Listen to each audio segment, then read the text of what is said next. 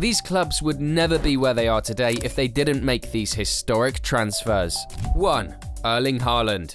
Erling Haaland has been an absolute game changer for Manchester City, the missing piece to their puzzle. Before he arrived, City were already a strong team, winning lots of domestic trophies, but Europe's top prize, the Champions League, always seemed to just be out of reach.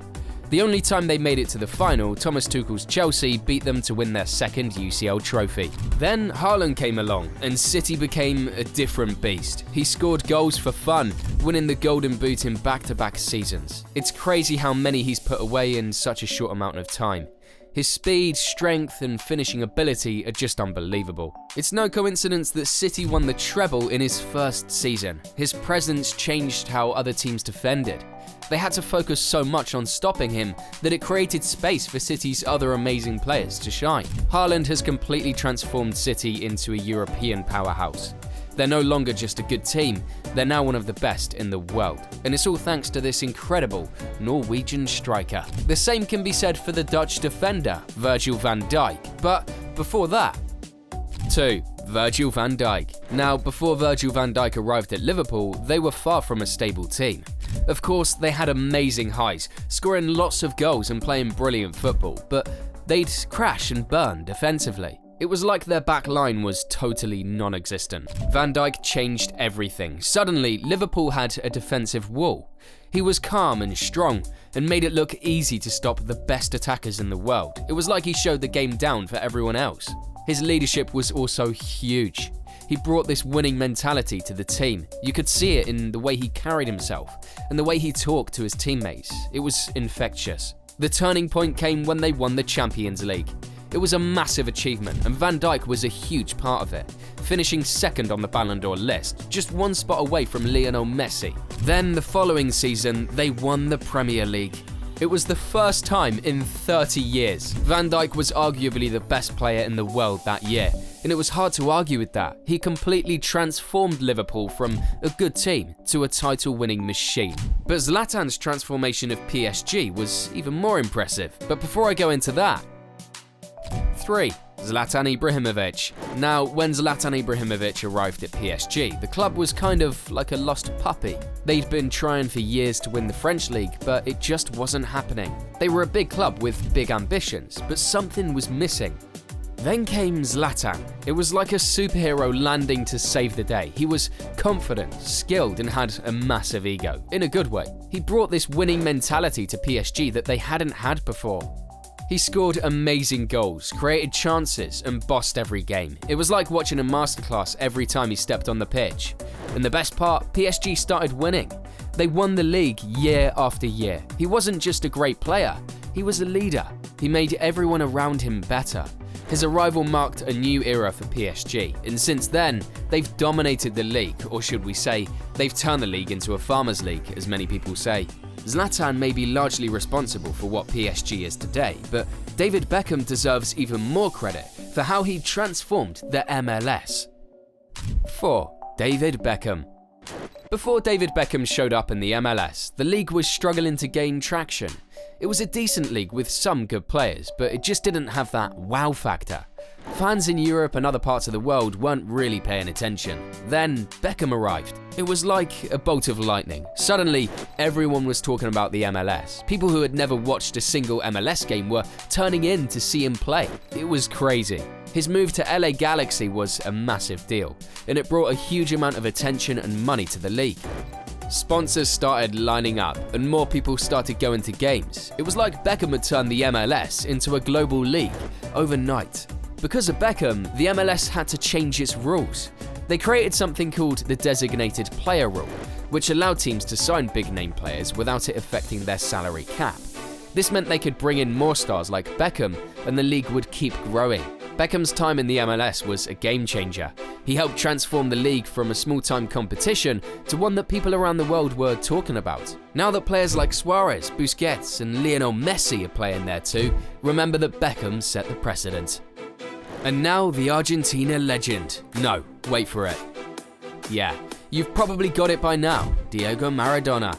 Before Maradona arrived in Naples, Italian football was all about the big northern clubs like Juventus, Inter Milan, and AC Milan. It was like they had a monopoly on winning the league. Teams from the south, like Napoli, were seen as outsiders. Then came Maradona, and the story changed. Maradona was a magician with the ball at his feet. He could do things with the ball that no one else could, and the fans absolutely adored him. With Maradona leading the way, Napoli started winning. They won the Serie A title twice, which was unheard of for a southern team.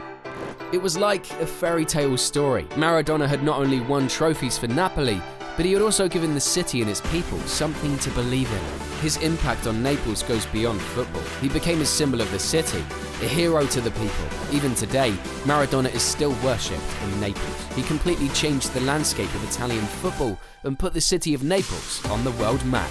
Unlike Maradona though, Johan Cruyff impacted Barca not only as a player, but also as a manager.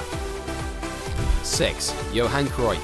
Back to Johan Cruyff. Besides being a great player for Barcelona, he was also a football philosopher. His time at Barcelona, both as a player and a coach, shaped the club's identity like no one else. As a player, Cruyff brought a style of football to Barcelona that was different from anything else in Spain. He was all about passing, movement and control. It was beautiful to watch. When he came back as a coach, he took this philosophy and made it to the core of the club. Cruyff introduced the world to tiki-taka, a style of play based on short, quick passes to keep possession and create chances. It was revolutionary. Barcelona became more than just a team, they were a footballing phenomenon. The success that Barcelona had enjoyed in the years since Cruyff left the club is largely down to him. Players like Xavi, Iniesta and Messi grew up learning and loving this style of football. It's a legacy that continues to shape the club today. Without Cruyff, it's hard to imagine Barcelona being the same iconic club it is today. And it's hard to imagine Pep Guardiola being the successful manager he is today without Cruyff's philosophy. But before we talk about Pep, hear this. 7. Pep Guardiola. Yes, speaking of Pep, by the time this man retires from his managerial career, he will most certainly be regarded as one of the best, if not the best manager in football history. His impact on Manchester City has been nothing short of revolutionary. Before Pep arrived, City were a good team, winning trophies but lacking that extra edge to be consistent among Europe's elite. But Pep came in and transformed them into a well-oiled machine. His football philosophy, based on possession, high pressing, and creating countless chances, is simply breathtaking. He has turned ordinary players into superstars, and superstars into world beaters. City now plays a brand of football that's as enjoyable to watch as it is effective. The trophies speak for themselves: multiple Premier League titles, FA Cups, League Cups, and finally, the Champions League that eluded them for so long. This is a level of consistency and dominance rarely seen in football. Pep has taken Manchester City from a good team to a global powerhouse. Something more attractive about them than their winning is the way they win. And that's because City under Pep are a joy to watch. And they've set a new standard for football clubs around the world. No wonder Mikel Arteta and Enzo Maresca, both Pep's former assistants, are trying to do the same thing at Arsenal and Chelsea. Now let's go to Germany. But before that, 8. Bayern Munich transfers. Bayern Munich, the German team that knows how to build a winning team. While other clubs are busy scouting players from across the globe, Bayern often looks closer to home. Their strategy is simple yet effective. Poach the best talent from their biggest rivals. Schalke, Dortmund and other Bundesliga clubs have developed some fantastic young players, only to see them end up at Bayern. Players like Lewandowski, Goetze and Hummels all started their careers elsewhere before moving to Munich. This approach has several advantages. First, it weakens the competition. When you take your rival's best players, it makes it harder for them to challenge you. Second, it helps to maintain a high level of quality within the squad. By bringing in players who are already familiar with the league, Bayern minimise the risk of signing players who might struggle to adapt. Of course, this strategy isn't without its flaws. Some people say it shows a lack of ambition and that Bayern should be looking for world-class talent from anywhere in the world. But the results speak for themselves. Bayern have dominated German football for years, and their talent acquisition strategy is a big part of that success. Success. Speaking about its opposite. Failure. Barca made a horrible transfer that have left them in shambles since. But wait for it. You guessed right. It's Neymar's move to PSG. Neymar's move from Barcelona to PSG was a shock to the football world. It was also a financial disaster for the Catalan club. When PSG triggered Neymar's release clause, they injected a massive amount of money into the transfer market. This set a dangerous precedent, and it had serious consequences for Barcelona. To prevent similar situations from happening again, Barcelona started putting astronomical release clauses on their star players. It was like putting a price tag on their best goods to deter potential buyers. Players like Messi, Suarez, and later Gavi and Pedri had these massive buyout clauses. The only thing is, they used the money made on Neymar to finance other signings that were completely useless for them. They had to force out Messi in 2021 to balance their books. And ever since then, they've not been the same financially again. The funny thing is, although Neymar was good in his time at the French club, he didn't manage to outshine Mbappe and didn't impact the league as much as Cristiano Ronaldo has impacted the Saudi league. 10. Cristiano Ronaldo. Cristiano Ronaldo's move to Al Nassr wasn't just a game changer for Al Nassr, but also for Saudi football. His massive global fan base suddenly turned their attention to the Saudi Pro League.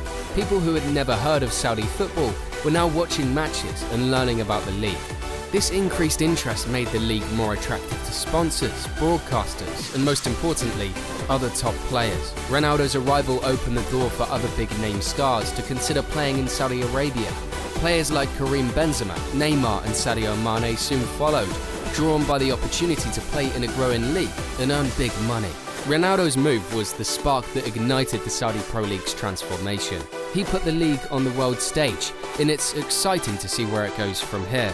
And that's it for the 10 transfers that changed their club's history. Do you have any other players you want to add to this list? Let us know in the comment section below. See you in the next video.